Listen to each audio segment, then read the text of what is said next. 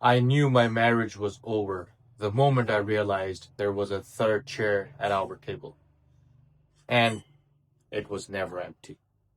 Guys, another grief, another sorrow, another cheater, and another real life story. This is your host, Alistair. We're gonna move on to the story.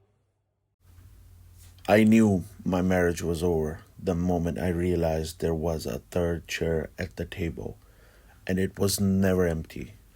That thought hit me like cold water down my spine. Not when she said his name for the hundredth time, not when her phone lit up late at night, not even when she smiled at the messages she refused to explain.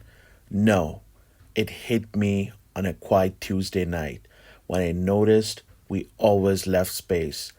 I'm Ethan Rowe, and this is how I slowly learned that love can be crowded, even when the house feels silent. From the outside, our life looked calm, clean, balanced. Lena Rowe, my wife, was warm, confident, and sharp in a way that drew people in. She spoke clearly, laughed easily, and always seemed sure of herself. When we met, that certainty felt safe, like standing next to someone who already knew where the ground was solid. Her past never scared me. She told me early on about Noah, her ex. They had history, years of it. We're just mature adults. She said with a soft smile, no drama, no feelings, just respect. I wanted to believe that at first. It really did feel harmless. A message here, a call there. Noah says here, Noah says there. Noah thinks this place would be cheaper. Noah says flights are lower in March. I told myself it was fine. I told myself love meant trust. But trust started to feel like silence. I was forcing myself to accept this. The first time I felt it, really felt it, was during dinner. We were sitting across from each other, candles lit, plates warm. I reached for her hand. She smiled, but her phone buzzed. She didn't look at me. She looked down. Her smile changed, softer, familiar. Sorry, she said. It's Noah. I nodded. I always nodded. When she came back, the moment was gone. The air felt thinner, like something unseen had sat between us and refused to leave. That night, when we lay in bed, she turned toward me. Her fingers traced my arm, slow and careful and intimate, almost loving, but her mind wasn't fully there. I could feel it. Romance with her felt like trying to hold water. It slipped through. Just when I thought I had it, it slipped through. She spoke about him casually, too casually. Noah thinks we should refinance. Noah says hardwood would be better than tile. Noah remembers how I hate early flights. I once joked, half smiling, should we invite him to live with us? She laughed, but not kindly. You're being dramatic, she said. He's part of my life. That doesn't change because I married you. That sentence stayed with me. Part of my life? I didn't realize then that she meant part of our marriage. The jokes came later, double meaning ones. When I asked why she smiled at her phone, she said, relax. If I were cheating, you did know. When I said I felt pushed aside, she replied, you're the husband. You already won. Won what? Her tone made it sound like love was a game, and I was supposed to be grateful, for the match was over. The night everything shifted. I wasn't snooping. I wasn't suspicious. I was just paying bills. Our laptop was open, our banking page loaded automatically. That's when I saw it. Another device, logged in, active, not mine, not hers. A name I recognized instantly. My chest tightened. My hands went cold. I refreshed the page. The access remained. My mind tried to protect me. There's an explanation. She wouldn't cross that limit. But my heart already knew. This wasn't friendship. This was access, control. When I asked her about it, she didn't panic. She didn't apologize. She sighed. You're overthinking, she said calmly. He helps me manage things. You're bad with numbers anyway. That was the moment I saw it clearly. Not anger, not betrayal, dismissal. I wasn't her partner. I was a role she expected to stay quiet.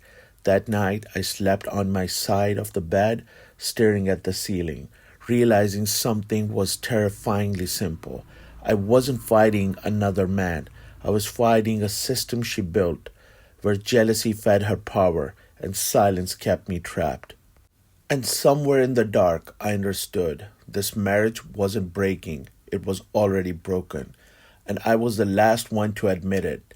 After the night I discovered the account access, something inside me went quiet, not numb, not broken, but clear. I started watching instead of reacting. Lena noticed. You don't ask questions anymore? She said one morning while tying her hair. I'm learning. I replied. She didn't like that answer. Her ex, Owen, was no longer just a voice in conversations. He was a shadow in our choices. Every decision came with his echo. When I suggested a weekend away, she said Owen thinks that area is overpriced.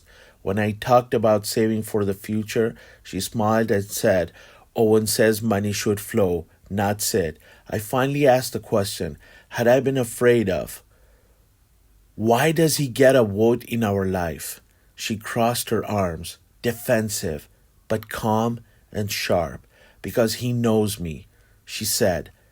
Because he understands me, and I don't. She looked at me like I was a problem to solve. You're too emotional about this. That's when I realized how far she had pushed me out.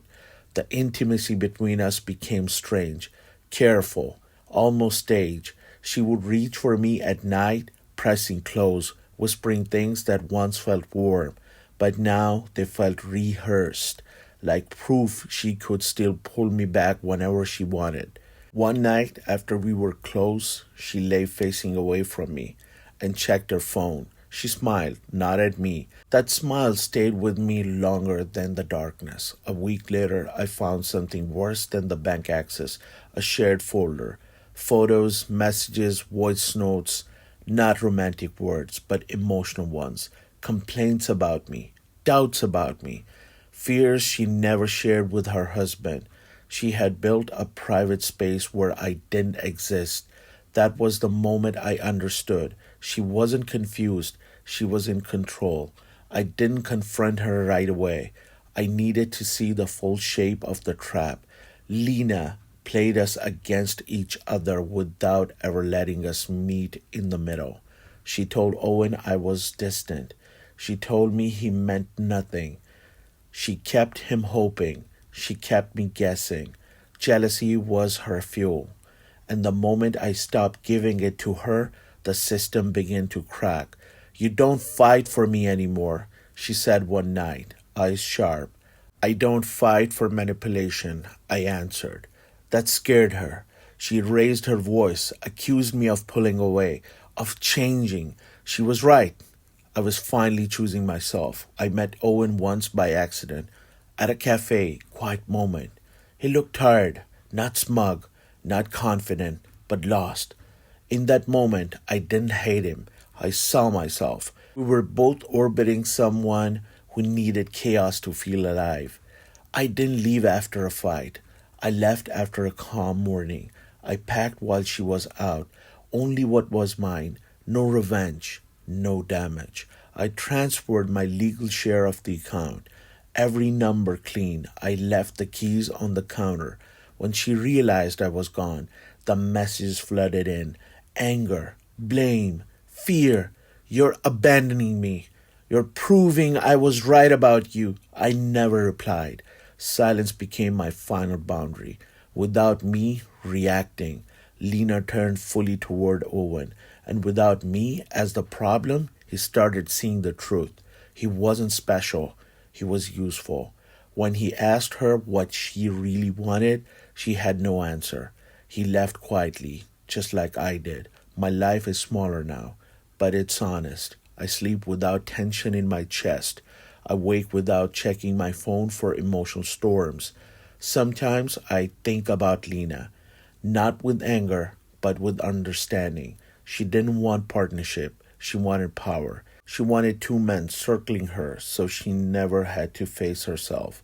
But chaos cannot survive alone, and love cannot live where control rules. The day I walked away, I didn't lose my marriage. I saved my soul.